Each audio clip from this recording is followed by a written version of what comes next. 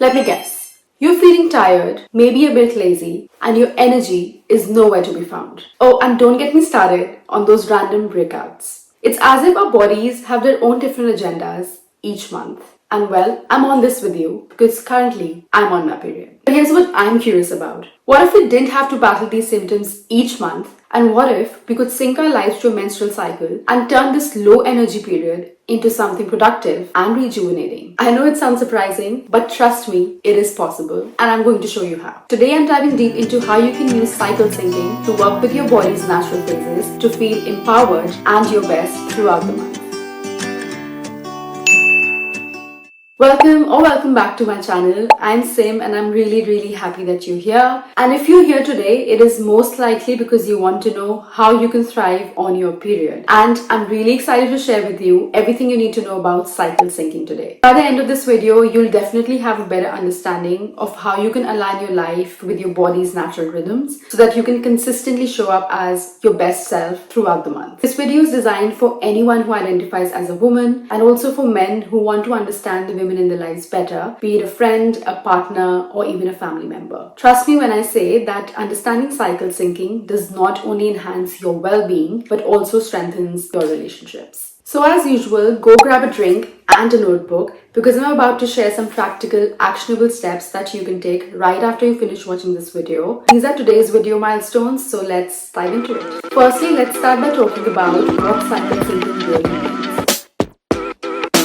So I personally started using this method earlier this year and I can't express how enlightening and helpful it has been for my health and for my productivity. I was also quite disappointed to know that it's only now that I've discovered this method of cycle syncing, given that it's so straightforward and easy to implement as compared to the number of benefits that it offers. In very simple terms, cycle syncing is essentially understanding where you are in your menstrual cycle each month and using that knowledge to enhance your well-being and hormonal health. So we all understand that biologically men and women are different, but what we don't realize as a society is that most of the health and well-being practices are not made keeping in mind women's natural cycles. In fact, it was really shocking for me to discover that only 3% of health research has been conducted on women-only participants as compared to 33% which have been done on men. Also, in many cultures, unfortunately, period is seen as a taboo, which limits our understanding on how we can use our natural cycle knowledge to become the best version of ourselves. But what if we could reframe this whole experience that we go through each month into not a hindrance or a limitation, but actually a superpower? When talking about cycle syncing, it's also really important to understand that while men function according to a 24-hour clock, women function according to a second clock, which is the biological monthly cycle that lasts from 28 to 35 days. For example, the testosterone level in men is at the peak during the day, which can explain why they feel energetic and focused throughout the day. But for us, however, our energy and hormonal levels rise and fall throughout the month. This 28 to 35 day cycle has 4 phases, and each of the phases also offers different physical and mental benefits. So when we sync our lifestyle choices, in particular our eating habits, movement,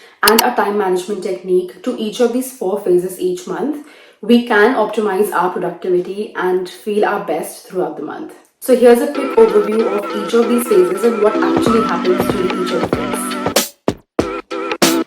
So phase 1 is the follicular phase, which can last from 1 to 13 days depending on your body type. This phase kicks off right after your period ends, and in this phase the pituitary gland releases a follicle stimulating hormone which leads to the growth of ovarian follicles. During this stage, the estrogen level rises, which also sets the stage for ovulation and potential pregnancy. After this, the phase 2 is the ovulatory phase, which can last from days 14 to 16. This is the phase where essentially the ovulation occurs. Here, the luteinizing hormone spikes, which leads to the release of the mature egg into the fallopian tube. So ovulation marks your peak of fertility and is considered to be a really important biological event each month. After ovulation is the phase 3, which is the luteal phase, which can last from day 17 to 28. So after ovulation, the empty follicle forms the corpus luteum, producing progesterone, which maintains the uterus for potential pregnancy. If fertilization or pregnancy doesn't occur, then the progesterone levels drop and indicate the body to start preparing for the menstrual cycle. Which brings me to the 4th and the final phase, which is the menstrual cycle,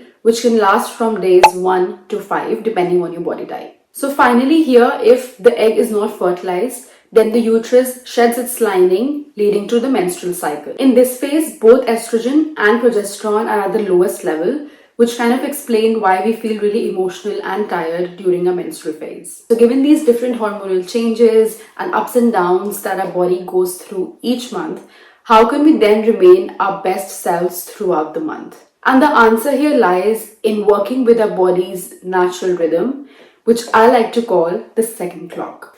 So by aligning our core lifestyle choices, which is our eating habits, our movement, and our time management techniques, to each of these 4 phases, we can make sure that we reduce our stress, we maintain our energy levels, and we are also prepared to tackle any of the challenges and tasks that each of these 4 phases throws at us. So now first let's start talking about your eating habits and how you can align it with each of the 4 phases that you face each month.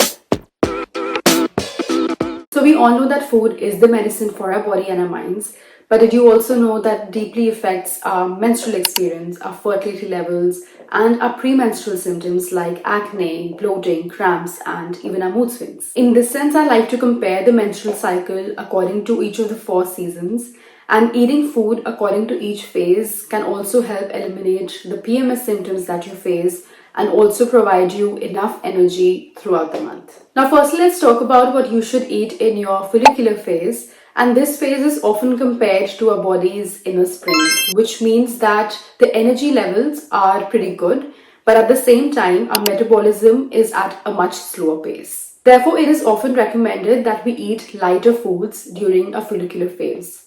So think about eating green vegetables, zucchini, carrots, and also probiotics such as yogurt and kimchi so that you can prepare for your ovulation phase as well. Now coming to the ovulation phase, it is often compared to our body's inner summer.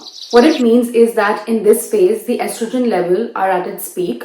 Therefore, you have the maximum energy in this phase. So focus on foods that maintain that balance in your body. You also don't want excess estrogen in your body at this stage, which could lead to anxiety and breakouts. In this phase, you could think about including bell peppers, tomatoes, and spinach in your food, and also eat antioxidant-rich fruits such as berries and oranges. It is also recommended to include lighter grains during this phase, such as quinoa and corn, to prevent bloating and also to have a healthy egg production. Now coming to the luteal phase, which is our inner autumn. Here, as the progesterone level rises, it is really important to think about your digestive health. Now this phase is pretty naughty because it's known for inducing your cravings, especially for chocolates, sweets, and also salty items. This is also backed by research that shows that our brain naturally during this phase reacts more to high calorie and high carb foods. So while your body is naturally craving calories during this phase, you can also focus on slow burning foods like sweet potatoes and foods that are really high in fiber. So things like chickpeas, walnuts, and apples can be incorporated during this phase.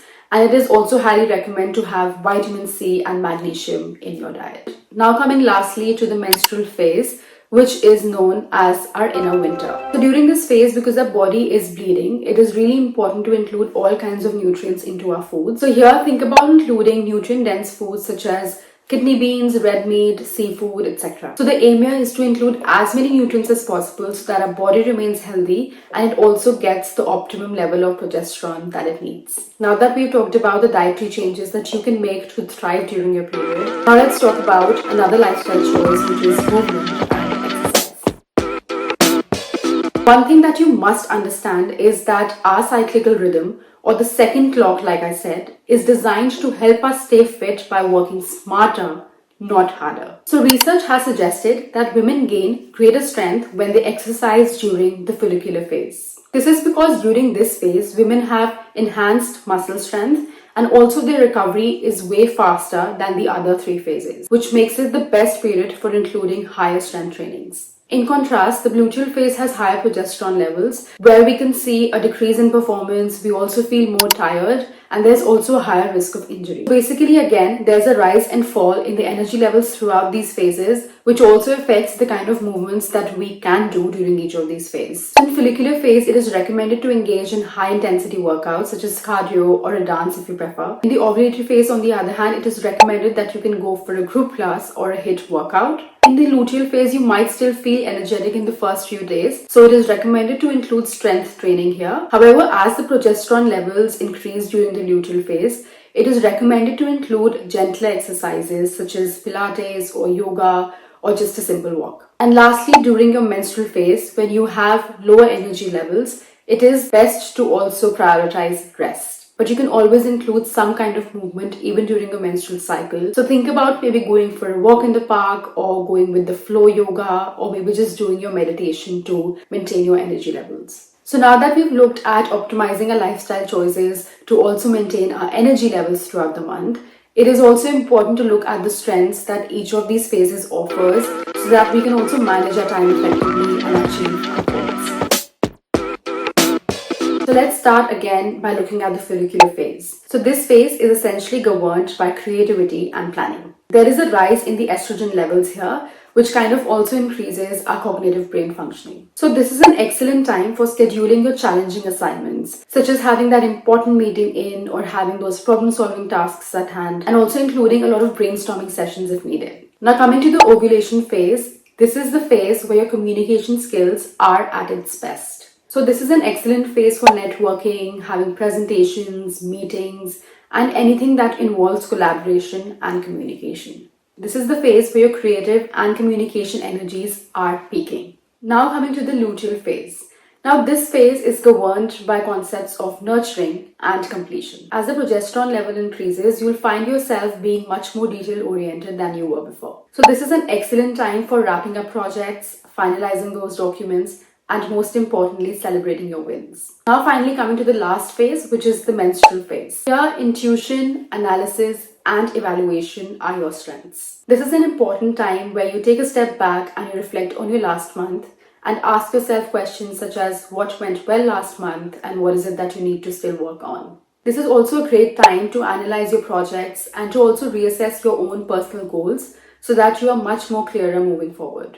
One another important thing that you must keep in mind when you're talking about productivity and planning during your periods is that life is unpredictable and it is not always possible to plan everything perfectly, especially when you're working with other people and collaborating with them. So in this case, my suggestion to you would be to define what success actually means to you and to also bring others on board with that definition. You might also occasionally find yourself going back to your old habits when you're incorporating these time management techniques, such as probably not resting during your menstrual cycle. But remember that the key here is to manage your time effectively, to also lead with confidence, and most importantly, to always think about working in sync with your cycle and not against it.